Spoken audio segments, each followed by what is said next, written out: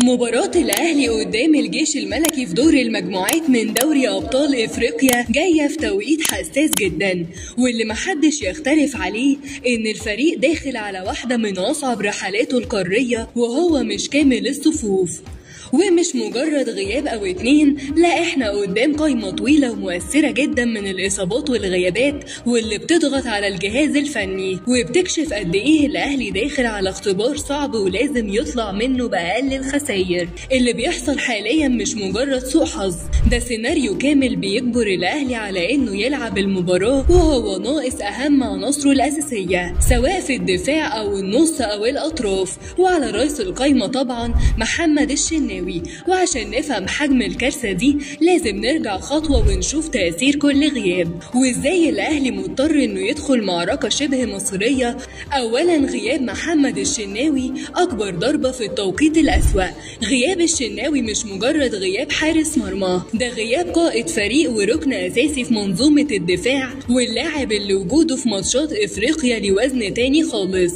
الإصابة اللي اتعرض لها واللي خلته خارج السفر للمغرب بتحط الأهلي في موقف حساس جدا، لأنك داخل ملعب صعب وجمهور مغربي معروف إنه شرس وخصم تقيل على أرضه، فغياب الشناوي هنا بيساوي فقدان نص أمان الفريق. الشناوي على مستوى الخبرة، التمركز، قراءة اللعب، توجيه الخط الخلفي، كل ده مش موجود دلوقتي. ده غير إنه في ماتشات إفريقيا بالتحديد الشناوي كان دايما بيبقى ورا الفريق وقت اللحظات الحرجة، وقت الضغوط، ووقت اللي الجمهور بيتنفس في رقبتك، وغيابه يخلي أي كورة على المرمى فيها مخاطر مضاعفة. لكن ده مش كل شيء، لأن غياب الشناوي مش بس بيسيب فراغ، ده كمان بيرفع سقف الضغط على مصطفى شوبير، واللي هيكون بنسبة كبيرة الحارس الأساسي في اللقاء. وده اختبار مش بسيط جدا، خصوصا إن مصطفى هيلاعب فريق مغربي قوي على أرضه وفي أجواء جماهيرية مرعبة، وأي غلطة عليها تبقى بتمن كبير.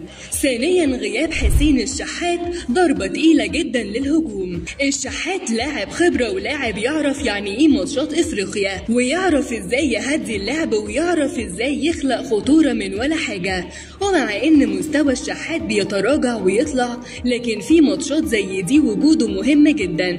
غيابه بيحرم الاهلي من طرف هجومي قادر انه يعمل فرق، وقادر يجري في المساحات، وقادر يرجع فريق الخصم لورا. الاجنحة في ماتشات بره الارض هي اكتر عناصر الفريق اللي عليها ضغط، وهنا بقى الاهلي بدون الشحات هيعتمد على لاعبين اقل خبرة او اقل انسجام، وده معناه انك هتفتقد جزء مهم من شكل لعبك. ثالثا غياب احمد عبد القادر، خسارة لاعب مراوغة وحلول فردية. عبد القادر ممكن تختلف عليه، لكن في نفس الوقت لاعب عنده قدرات فردية محدش يقدر ينكرها. اللاعب ده بيقدر يعمل حلول من نفسه في وقت الفريق بيبقى مخنوق. وجوده كان ممكن يساعد الاهلي في نقل الهجمة بسرعة أو في خلق مساحة حتى لو من دون إنهاء صح. إصابته وغيابه عن اللقاء بيزود الأزمة، لأن الأهلي كده خسر 2 من أهم أطرافه في نفس الوقت، وده معناه إن القوة الهجومية متأثرة بشكل واضح جدا. رابعا غياب محمد شكري،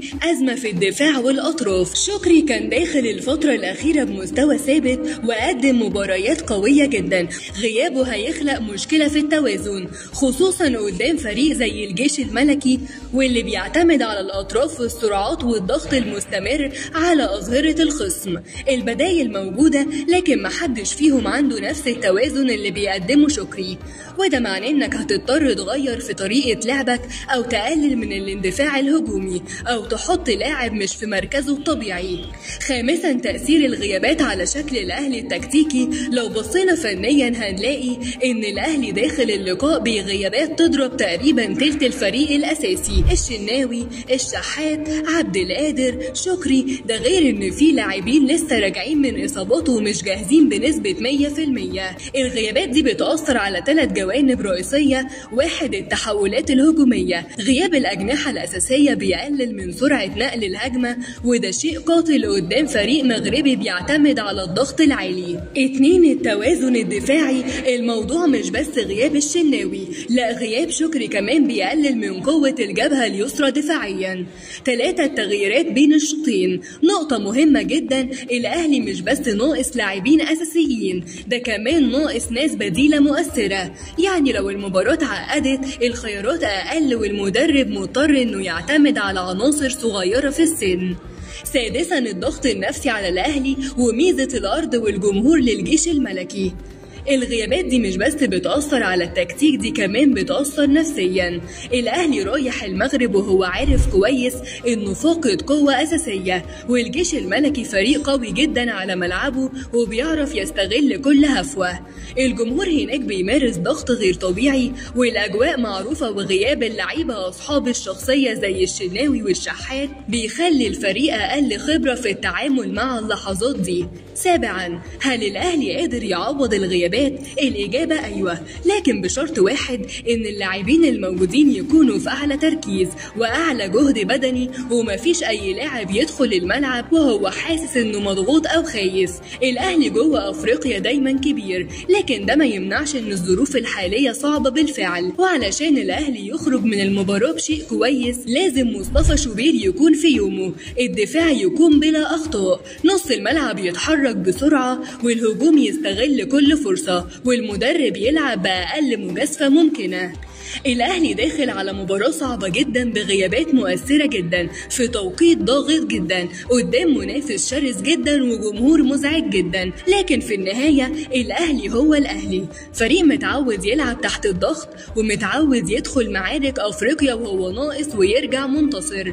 الغيابات أزمة بس مش نهاية الطريق، هي مباراة اختبار كبير جدا، ويمكن تكون نقطة تحول في الموسم كله. ولو وصلت هنا فحابين نقولك شكرا، وما تنساش تشترك لو انت مش مشترك، ولو مشترك فعل زر الجرس عشان يوصلك كل جديد. سلام.